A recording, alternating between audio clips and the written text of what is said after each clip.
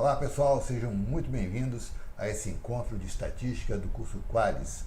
Sou o professor Lauro Magrini e inicialmente vou falar um pouquinho sobre a minha formação acadêmica e depois o planejamento do curso e finalmente alguns conceitos iniciais em estatística que eu irei mostrar para vocês. Tá bom pessoal? Vamos ver então. Eu sou formado em Engenharia Mecânica pela Universidade de Brasília e desde o meu primeiro ano de engenharia eu já comecei a dar aula para concursos públicos, então tem bastante tempo isso.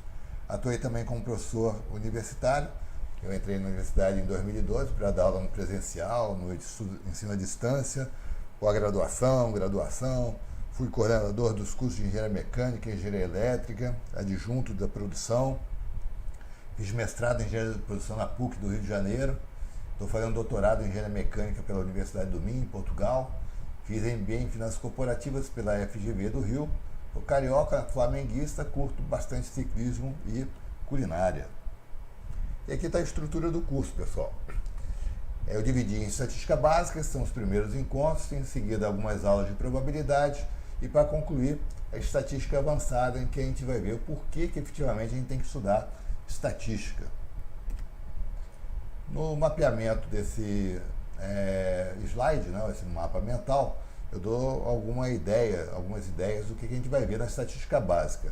Alguns conceitos introdutórios, a gente vai ver nas primeiras aulas: censo, população, amostra, técnicas de amostragem, tipos de variáveis, e depois outro ponto super importante são as medidas de posição, basicamente vamos ver média, moda, mediana e medida de dispersão, com todas essas medidas de dispersão aqui, que essas duas últimas são as mais importantes, que caem mais em provas de concursos públicos, tá?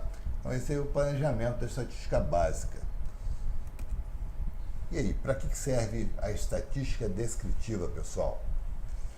Ela é amplamente utilizada na nossa vida cotidiana, na área de saúde. A gente está vendo aí essas campanhas que acontecem por causa da Covid-19, todos os estudos técnicos estão sendo realizados, muitos trabalhos estatísticos estão sendo feitos para ver qual é a população que está sendo mais acometida pela doença e, consequentemente, tem que entrar no grupo de prioridade para tomar a vacina que finalmente foi liberada aí pela Anvisa. Na engenharia também tem vários trabalhos de estatística envolvendo as carreiras de engenharia de modo geral. E pesquisas de opinião também é fundamental. Uma empresa vai lançar um novo produto. Para ela lançar um novo produto, tem que saber uma opinião do mercado sobre a aceitação desse novo produto, tá certo? Pesquisas de opinião sobre candidato a um determinado cargo público. Então a gente vê muito em campanhas políticas, né, o noticiário falando sobre a intenção de voto da população votante em relação a determinados candidatos. Isso é muito comum aí na época de campanha eleitoral. A estatística descritiva procura apresentar valores dessas variáveis em estudos que são importantes através de tabelas e gráficos, ou seja, para dar uma ideia mais clara e objetiva daquilo que está sendo pesquisado, ou seja, sintetizar os dados brutos em tabelas e gráficos para que decisões sejam tomadas em cima dessas informações. Conceitos iniciais. Qual é a origem da estatística, pessoal? A estatística começou basicamente relacionada à simples contagem matemática. Era muito utilizada pelo Estado para quê? Para avaliar o patrimônio da população que vivia numa determinada região para fim de carga tributária, calcular os impostos que aquele indivíduo tinha que pagar para o Estado, né, para o governo, em função da sua riqueza. Então essa é a origem aí da estatística. E por que utilizar a estatística? E aí? Alguém tem alguma ideia por que você tem que estudar estatística? Ora, a estatística tem que ser estudada para você passar no concurso público, não é mesmo? Isso é óbvio. Mas na nossa vida cotidiana, por que a gente tem que usar a estatística? Vamos ver? Primeiro, redução do tempo. Muitas vezes não há tempo hábil para fazer o levantamento em toda a população. Então eu pego uma amostra representativa e faço um estudo sobre os dados dessa amostra representativa. E fazer o levantamento de toda a população é muito caro. Então, o custo envolvido é outro fator fundamental para quem a gente utiliza a estatística. Então, pega uma amostra representativa e calcula os valores desses elementos amostrais. Vou levar menos tempo e vou gastar menos dinheiro. E o outro aspecto é quando envolve testes destrutivos, como esse que eu estou mostrando para vocês aí, o carro totalmente destruído no teste Car Crash. Então, se você vai destruir tudo que você está produzindo, você não vai vender nada. É como se você fosse gerente de produção numa fábrica que produz palitos de fósforos. Você não vai testar todo o lote, tá certo? Não vai testar todo o lote para saber se os fósforos todos estão ou se não estão funcionando. Se não, se testar tudo, você vai vender o quê? Não vai vender nada. Então, em processo de fabricação, em que a verificação daquilo que está sendo produzido é destrutivo, você não tem como fazer em toda a produção. Então, você vai pegar amostras representativas, usando algum critério de técnica amostral, para verificar a qualidade daquilo que está sendo produzido, para ver se está dentro das especificações técnicas necessárias. Beleza? Então, vamos continuar aí. Metodologia e utilização da estatística. Atualmente, a estatística é um ramo da matemática aplicada e é um conjunto de técnicas que utiliza a coleta de dados, a sua classificação, a sua apresentação de forma tabela ou gráficos, análise das informações, né, que foram obtidas através dessa coleta de dados, interpretar esses dados com que objetivo? O objetivo é tomar alguma decisão sobre alguma coisa. Então, a gente viu recentemente, inclusive, tá certo? No processo decisório aí da Anvisa sobre o sobre a autorização para uso emergencial da vacina da Coronavac da Oxford. Então, teve todo um trabalho estatístico envolvido e na apresentação que foi feita no dia da reunião, eles mostraram qual foi a metodologia da estatística utilizada, qual o grau de confiança envolvido e tudo mais. Então, a diretoria colegiada da Anvisa, aqueles 5 diretores, tomaram a decisão se aprovavam ou não aprovavam o uso emergencial da vacina do Butantan e da Fiocruz para ser aplicada na população brasileira. Graças a Deus, eles aprovaram, né? Então, vamos ver se essa pandemia começa a reduzir daqui para frente. Vai levar um bom tempo para isso acontecer, mas vamos ter que ficar em isolamento social aí enquanto isso não acontecer. Beleza, pessoal? Então vamos continuando aí na apresentação, tá certo? Metodologia da utilização da estatística. As pesquisas estatísticas são a principal fonte de informação para qualquer indivíduo que busca entender o comportamento de populações. Isso ele faz através de quê? Coletando os valores paramétricos, né, da população através de amostras representativas dessa população. E é possível, consequentemente, tomar assim, conclusões ou ter inferências sobre essa população baseado nesses dados amostrais. Então, numa campanha política, só na hora da votação mesmo, que todo mundo vai lá votar, que a gente vai saber quem que vai ser o candidato escolhido, né? Mas isso é um levantamento censitário. Então, é feita uma campanha, é feito um estudo, né, amostral com a intenção de voto. Concorrência no mercado consumidor, lançamento de um novo veículo, lançamento de um novo produto e acompanhamento de pandemia são exemplos bem importantes aí do uso da estatística, como eu já mencionei para vocês anteriormente. E aqui a inferência estatística. Ora, pessoal, observem aí o que eu estou colocando, tá? Nesse slide. Eu tenho uma população ali do lado esquerdo que é o nosso mundo real.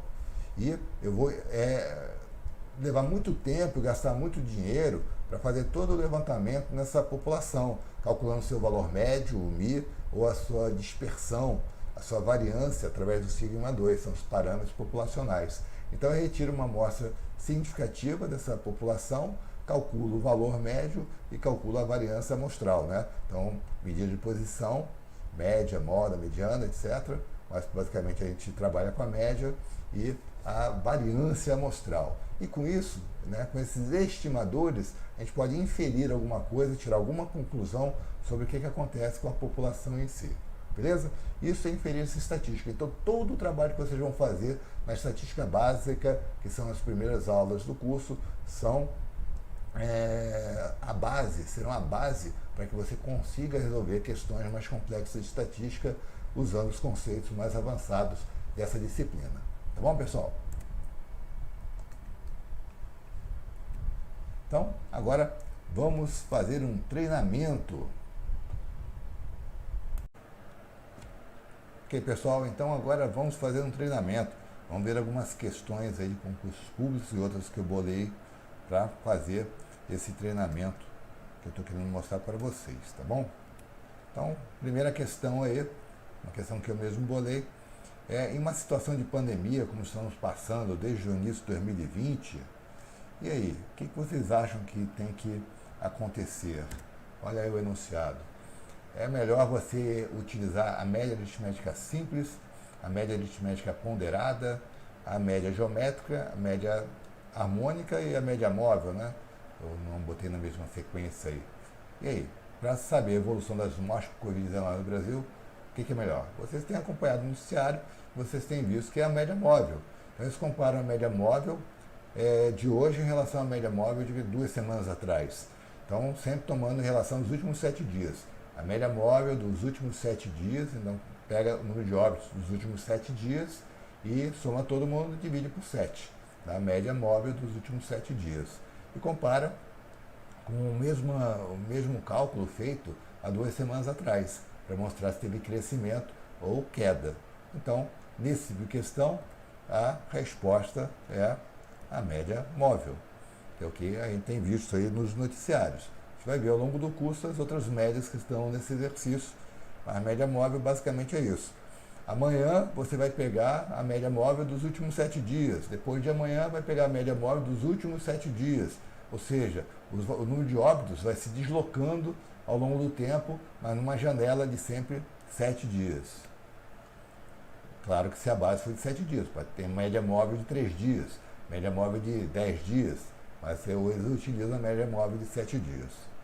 Esse outro exercício eu bolei também, que vocês podem perceber que no noticiário, né, ele informa diariamente os estados que estão com crescimento no número de mortes, cor vermelha, estabilidade, cor amarela, ou queda no número de mortes, de óbitos, está em queda no estado quando a cor é azul, ou seja, mais ou menos 15% de variação para mais o crescimento ou decréscimo de 15% é estabilidade, cor amarela.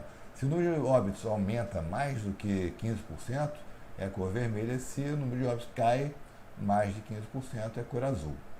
Só que essa metodologia tem um certo grau de distorção. É que em função da grande variação percentual em estados que o número de mortes é baixo, por exemplo.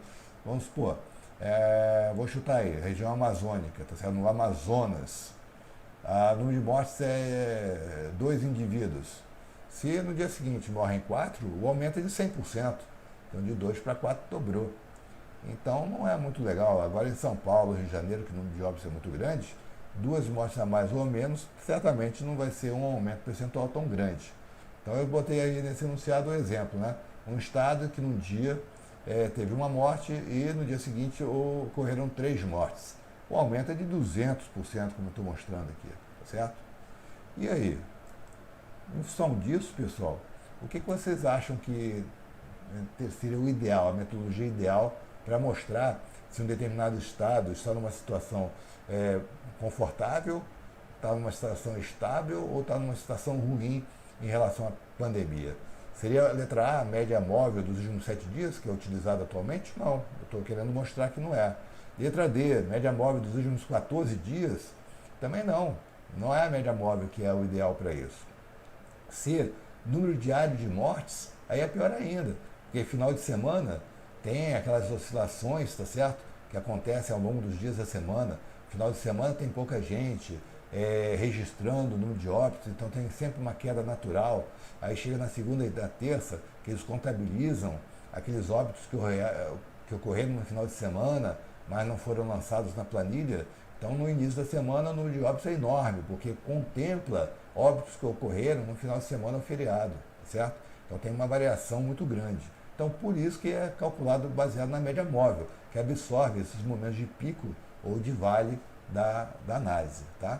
Então, na minha opinião, a melhor situação que você pode utilizar aí é a letra B, número de mortes por 100 mil habitantes. Então você pode estipular uma regra. Até 2 mortes por 100 mil habitantes é cor azul. De 3 a 10 mortes por 100 mil habitantes é cor amarela. E acima de 10 mortes por 100 mil habitantes aí é cor vermelha. Então seria o melhor indicativo, na minha opinião, para se colorir o mapa do Brasil em cores azul, amarela e vermelha. Beleza? Então vamos a alguns outros exercícios que eu tirei de sites de concursos públicos. Tá? Numa população, a taxa de natalidade é de 3% e a taxa de mortalidade é de 1%. Considere que não há imigração ou imigração, ou seja, não tem ninguém indo embora da região e não tem ninguém entrando nessa população. Então é só morte ou nascimento, que a gente tem que levar em consideração. Tá? O valor a seguir que melhor aproxima o crescimento populacional após 10 anos será qual? Então a gente tem que considerar o fator de aumento populacional e de redução populacional em função de nascimento ou morte. Então, se você está trabalhando aí com 3% de taxa de natalidade, estão vendo aqui, ó, 3% de taxa de natalidade, o fator é 1,03, ou seja, 1 mais a taxa de 3%, tá certo? 3% nada mais é do que 0,03. Essa é a taxa de natalidade. E a taxa de mortalidade, qual vai ser o fator? 1 mais 1%? Não é isso. Se está morrendo, a população está diminuindo. Então é 1 menos 1%. Ou seja, 1 menos 0,01, que vai dar o 0,99. Certo? E é sempre o produto, não é a soma. É sempre o produto. Elevado à quantidade de anos. Então todo ano acontece isso. Ao longo de 10 anos, você tem que levar a potência 10, porque é esse número vezes ele próprio 10 vezes, tá certo? Como eu quero essa taxa, ok? Eu vou obter aqui um fator. Então, desse resultado, eu tenho que subtrair 1. Então, esse resultado inteiro aqui vai dar 1,2154. Então, eu só não botei esse menos 1 aqui, mas botei do lado de cá, menos 1. Ou seja, eu vou ter 0,2154 ou 21,54%. Arredondando, isso aí vai dar aproximadamente 22%. Beleza? E aí, pessoal, alguma dúvida até agora? Tudo tranquilo. Ah, professor, só não entendi a partir do momento que você falou bem-vindos ao nosso encontro de estatística. Né? Brincadeiras à parte, né? Vocês têm que ser persistentes e dedicados ao trabalho. Não adianta achar que o negócio vai cair do céu, ou então dormir com um livro embaixo do travesseiro para que o conteúdo programático entre na cabecinha de vocês por osmose. Não vai acontecer isso. Então você tem que dar dura, persistência e dedicação. Leia a teoria, veja os exemplos para entender como que aquele exercício tem que ser resolvido. Claro que existe mais de uma maneira, embora seja uma ciência exata, estatística, tem vários caminhos para se chegar no resultado final, que aí esse é exato, não muda nunca, tá? E depois faça exercícios propostos, com gabarito, é importante que tenha gabarito, porque senão como é que você vai saber se você está indo na direção certa ou não? Você tem que ter ideia de que acertou ou não acertou. Ah, errei, então eu tenho que rever a teoria, rever os exemplos e tentar fazer o exercício de novo, perfeito? Então tem que ter gabarito, hein, gente, tá bom? Então vamos lá, vamos a mais um exercício. O dono de um restaurante pretende selecionar 50 de seus clientes fidelizados para a degustação de uma nova receita que deseja incluir no cardápio. Ele possui um cadastro em que cada cliente fidelizado está numerado sequencialmente, de 1 a 1980, como está sendo dito aí nessa parte do enunciado. Para realizar a seleção, ele decidiu utilizar a técnica de amostragem sistemática. A gente vai ver com mais detalhes à frente esse tipo de técnica de amostragem. Nessa situação, caso o intervalo de seleção da amostra seja igual a 39, ou seja, eu escolho um elemento e depois de 39 eu escolho mais um elemento, mais 39 escolho outro elemento, e assim por diante. E a primeira unidade populacional selecionada é a 12ª. Então essa é a 12ª. Então a terceira unidade, que é essa aqui, ó, quanto vale a terceira? Essa é a segunda. Quanto vai valer a terceira? Então é só você fazer essa conta. 12, eu estou somando 39, chego no 51. E que é o segundo elemento. Logo o terceiro elemento vai ser o segundo, que é 51, mais 39, que vai dar o elemento 90. Claro que você podia pegar também 12 mais 2 vezes 39, e vai achar, de qualquer maneira, 90. É uma outra forma de você chegar na resposta. Então, a letra C é a alternativa correta aí. Continuando, eu vou fazer alguns exemplos, né, alguns exercícios com esse enunciado inteiro aqui, ó. Bom, então guardem bem esse enunciado. Para estimar a população de menores infratores reincidentes em um determinado município, foi realizado um levantamento estatístico. Beleza? Esse levantamento estatístico, então, tem uma população-alvo de 10.050 menores infratores. Foi retirado de uma amostra aleatória simples, sem reposição. Então, o indivíduo que saiu, que foi escolhido para essa amostra, ele não volta. Composta por 201 indivíduos. Então, essa amostra aí tem 201 indivíduos ao todo dessa população de 10.050 menores infratores. Nessa amostra foram encontrados 67 menores infratores que foram reincidentes no erro que eles cometeram. Certo? Então, com relação a isso, vamos julgar o que ele está afirmando aí. Esse levantamento mostrou que 30% dos menores infratores eram reincidentes. E aí, como que a gente resolve essa questão, pessoal? Eu coloquei duas soluções. A primeira é comparar a quantidade de menores reincidentes, 67, em relação ao tamanho da amostra, 201. Aí como é que eu faço? Eu não tenho calculadora. Calcular 67 dividido por 201 é difícil. Então eu arredondei para 200, tá vendo? O denominador. Aí fica fácil para achar a porcentagem, que aqui é 30%.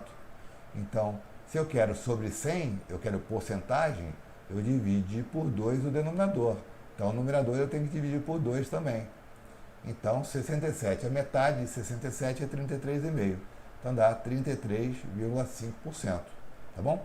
Mas como o denominador que eu estou procurando é 201, não 200, ou seja, maior do que 200, eu estou aumentando o denominador, eu estou diminuindo a relação.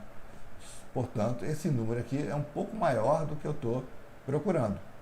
Mas, de qualquer maneira, não é exatamente 30%. Então, está errado. Qual outra maneira que eu fiz essa conta? Ora, eu observei que 201 nada mais é do que 3 vezes 67. E 67 é o número que está no numerador.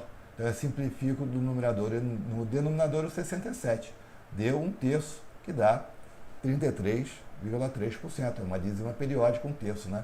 0,33 até o infinito, multiplicando por 100 para saber a porcentagem, dá 33%. Então, está errada essa afirmação. Continuando, o mesmo enunciado, beleza? O fator amostral relativo a esse levantamento foi inferior a 0,05. Então, tem todos os dados que eu mostrei para vocês do primeiro enunciado. E aí, você seria capaz de resolver essa questão? Qual é o fator amostral desse levantamento? Será que ele foi menor que 0,05? O que é um fator amostral? Então, conceitos básicos de estatística. Vamos ver o que é então, pessoal. O fator amostral nada mais é do que a proporção da amostra em relação à população. Beleza? 201 é o tamanho da amostra e 10.050 é o tamanho da população. Consequentemente, eu também observei que 10.050 é igual a 50 vezes 201. Ora, o número que ele botou já foi próprio para isso, para simplificar o numerador com o denominador. Então dá 1 sobre 50. Como eu quero em percentual, né, se eu quisesse em percentual, que não é o que ele está perguntando, era só multiplicar em cima e embaixo por 2, que aí você teria no denominador 100, ou seja, 2 sobre 100 daria 2%, mas ele quer em decimal. Então, se eu tenho 2 sobre 100, em porcentagem é 2%, em decimal 0,0 2. Então, é inferior a 0,05? Sim, 0,02 é inferior a 0,05. Então, está correta essa afirmação. Beleza? E aí, acharam complicado ou está tranquilo? Espero que ninguém esteja aí sentindo taquicardia, falta de ar, sudorese, né? Então, não se preocupem, é a parte inicial da estatística. Muitos talvez não tenham base de conhecimento em estatística ou de matemática de modo geral, mas não se desespere. O importante é ter persistência e dedicação.